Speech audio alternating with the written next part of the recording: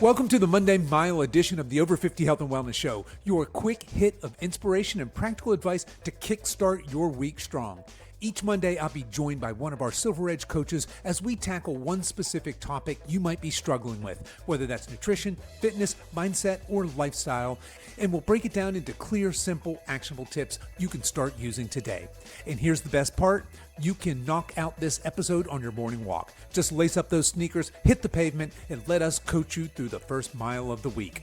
Okay, let's get moving. Coach Monica, welcome to the Monday Mile edition of the Over 50 Health and Wellness Show. How's it going? Thank you so much, Kevin. Going great. How are you? I'm doing fabulous. I am so excited to talk about our subject today. This is something I used to do a lot. I do it a whole lot less now, but it's something I think everybody has to contend with on a healthy aging journey. And it's this: how do we eat out when we go to restaurants? Can we give some tips, hints, tricks on how we can honor a healthy aging journey and still enjoy ourselves when we want to go out to eat? So, Monica, I know you work with a lot of clients that are asking you, "Hey, I've got this calorie goal. I'm trying to track my macros, and I've got this protein goal.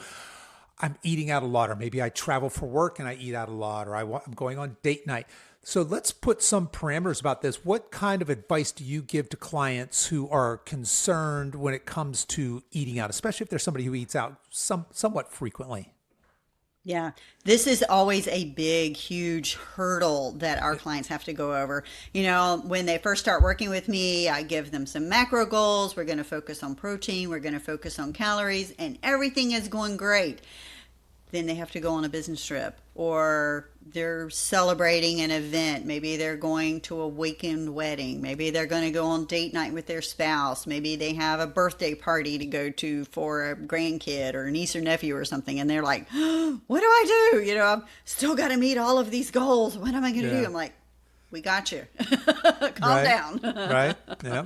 So, Step one, don't panic. Step one, don't panic. Yeah. Step two, I like to pre-game it. Okay. What do I mean by pre-game?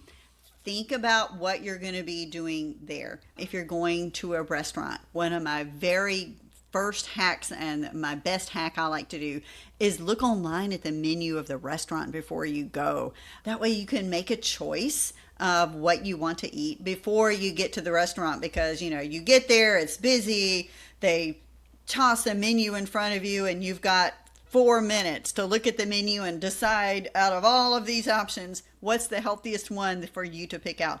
So look online. Most restaurants have menus online nowadays. They have their own websites. It's super easy to look online. So I like to pre-game it, pick out what I'm going to eat ahead of time, so I'm not caught off guard. Yeah, that's a great tip. Number one tip. Yeah, right decide what you're gonna eat ahead of time, and then stick to that. That's a really good one. Now, for those, because I think there's a couple of things that catch people here when it comes to eating out, especially if they're eating out fairly frequently.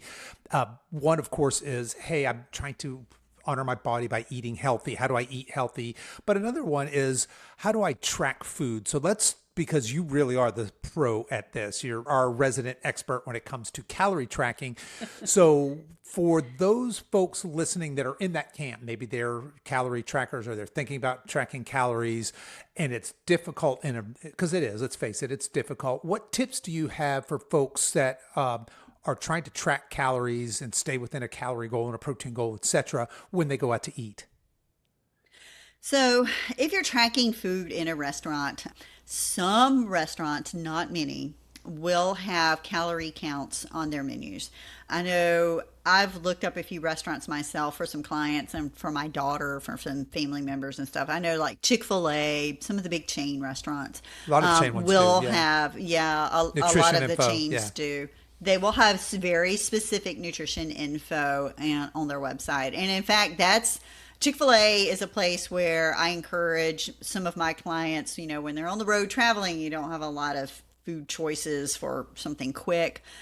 Chick-fil-A, they do have great nutritional information on their website, so you can go in there and pick out a salad, and they even have the salad dressings and everything listed out there where you can make some really, really good choices.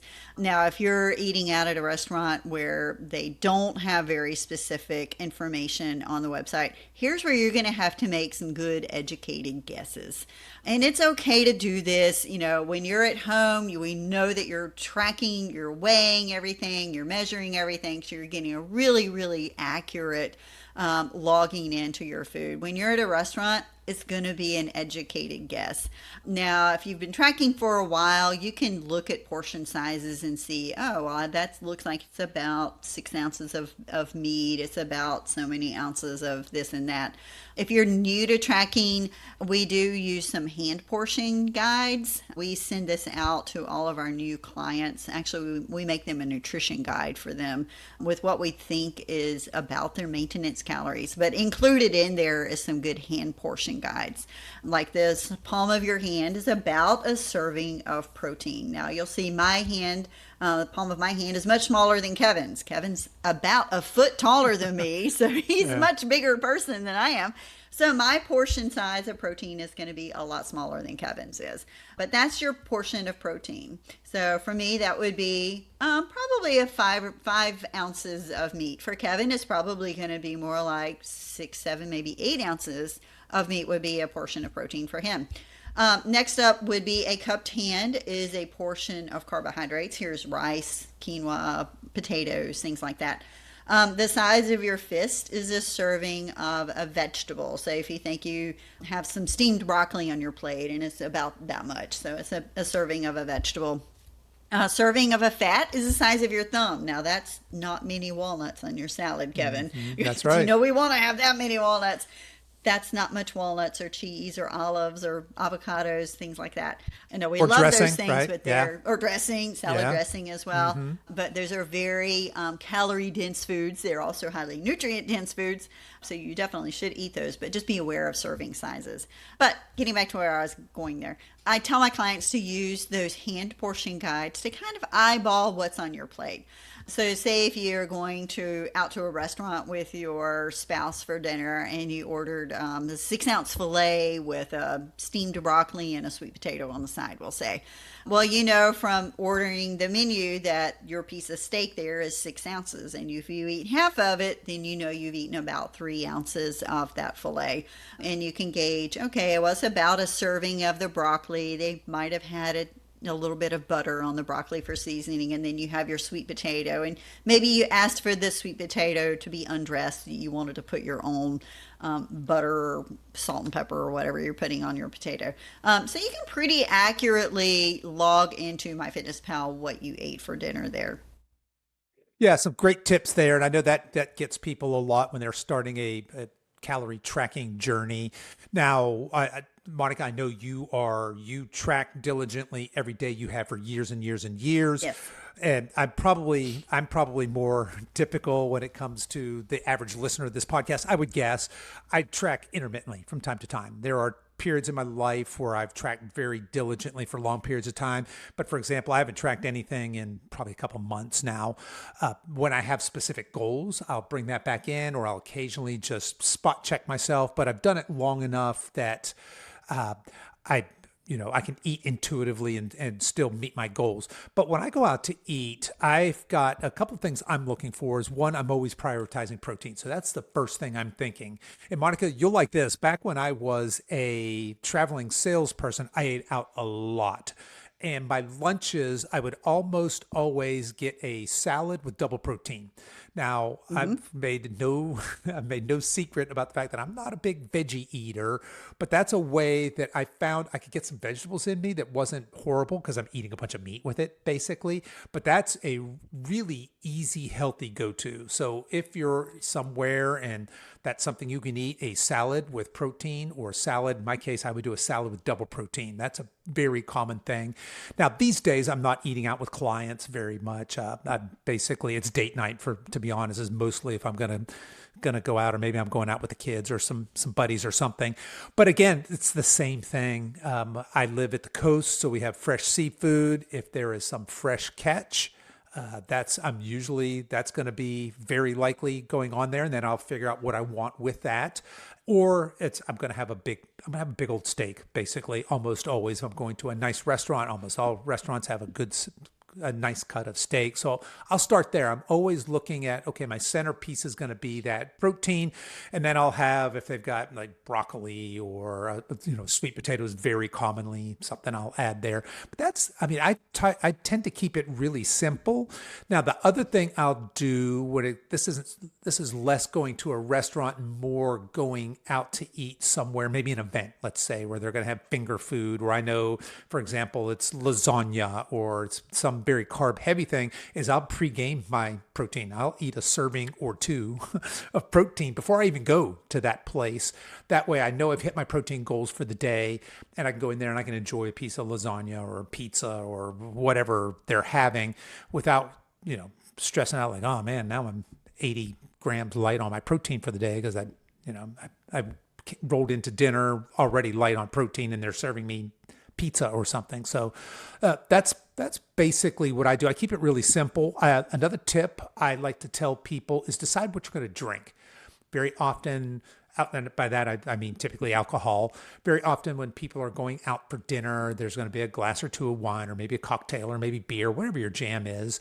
And I like to tell people, make that hard and fast rule as opposed to, I'll just get there. I'll probably just have a couple. Because the problem is you have a couple and then you feel great. In fact, what you feel like is a couple more. And so Yeah. that couple glasses of wine turns into 3 or 4 glasses of wine. And, Right. that person's not making the same decisions as the person who walked into that restaurant. So I'd like to say, hey, if I'm going to go out and I'm going to have a glass of wine or two, I'm saying, okay, I'll have a glass of wine with my dinner, or I'll have 2 glasses of wine, or I'll have a beer, something like that. So yeah, I advise folks, that's another one of my tips when it comes to eating out, is just decide ahead of time. Again, look at the menu, decide what you're going to eat and decide what you're going to drink, and then stick to that, right? Absolutely. I love all of those tips, and I tell all of those tips to my clients over and Yeah. over and over again. Yeah. Particularly clients who are on vacation, where it's not just a single meal that you're going to be eating It's out, all but you're of going them. to be eating Yeah. out for the week. And I would say, kind of front load your days. So making sure that breakfast, you have plenty of protein at breakfast, and you're not just going for like pancakes and sweets and cinnamon rolls and honey buns and things like that. But have some good protein at breakfast, and that veggie omelet or Yeah. a meat omelet, and then have some turkey bacon or sausage or something on the side. But having some good lean protein at breakfast really is going to help you to eat more protein through the whole day. I love this salad at lunch with veggies. It's so easy. Most all restaurants nowadays are going to have some kind of a salad with protein on it for Yep. lunch. That's a super easy way to get in your veggies, get in some good protein there at lunch. Get the dressing on the side. That way you can apply the dressing in the amount that you want, and it's not smothered in dressing. Right. That's the one thing, by the way, that I advise my clients to always weigh and measure, preferably weigh your salad dressing, because it's so easy to over pour on that salad dressing. So get the dressing on the side, but salad is your go-to friend at lunch. And Correct. then dinner, enjoy your dinner. I'm like you, I try to go for something grilled. I advise my clients to try to steer clear of things that are fried, that are Definitely. smothered in cheese, Yeah. things like that. Try to more steer clear towards a single meat and vegetables, or veggies and some kind of a protein if you're vegan, vegetarian. But try to go towards those kinds of things, and decide ahead of time if you're going to be drinking, and then stick to that number. Have that one glass of wine, have that one drink and one glass of wine, whatever you're having with your spouse, whoever you're with. Enjoy it, and then just have water after that. Move on. You're complete. You've had what you've decided on. Yeah, yeah, 100%. That resonates with me. And I finish this conversation here. What you want to be careful is that you're not getting into any kind of crazy restrictive mentality. So, for example, when I go out on date night, I'm not weighing and measuring and tracking. I'm not doing that No. anyway. But I'm not. My goal at on date night isn't to monitor or to have excellence in absolute nutritional density. It's to connect deeply with my wife in a romantic scene. Yes. It's for us to decompress, for us to be present with each other in a fun environment. And I think that when we talk about holistic health, that we want, especially if you're new to a healthy aging kind of a program, or if you're just started a diet and eating out kind of wigs you out, give yourself some grace. You don't want to go, that's not an excuse to go full ham and order the Admiral's fried food platter or whatever, and then the dessert and then the appetizer. But it's to keep in mind what you're doing. Now, those of you that eat out all the time, that less applies to you. But those of you that are eating out occasionally, and those are special occasions, make them special occasions. And similar, you mentioned people like on vacation, right? So when you're on vacation, that's not really the time to obsess over every single calorie or even every single workout for that matter. That's the time to really, again, connect deeply with the loved ones you're traveling with. Enjoy the unique place that you're in. Enjoy their cuisine, perhaps, if they have a specific cuisine there. Yes.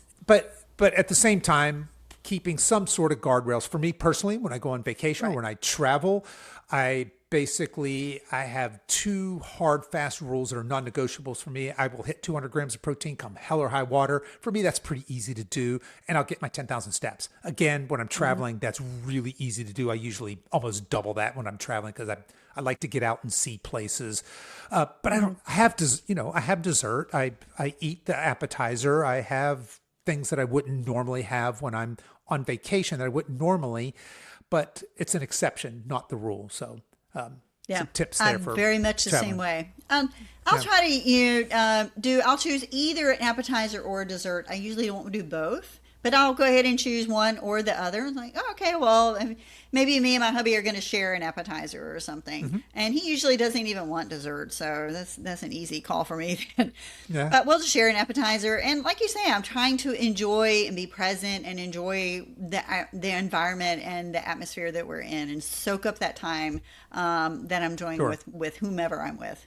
Well said. Well, I'm glad we ended our conversation there because look, when you go out to eat, it is important that you're choosing food that's going to nourish your body, that you're honoring whatever your aspirational goal is for your future self. But you also want to take that in a holistic context, right? So we don't want to be obsessive over things, and we don't want to, be worried about every single calorie while we're out to a romantic dinner, for example. So we're going to leave it there, folks. We would love to hear from you. If you've got some eating out tips, things that work for you, maybe you're one of those road warriors and you're on the road all the time, so you're eating out all the time. We'd love to hear what you do to stay healthy.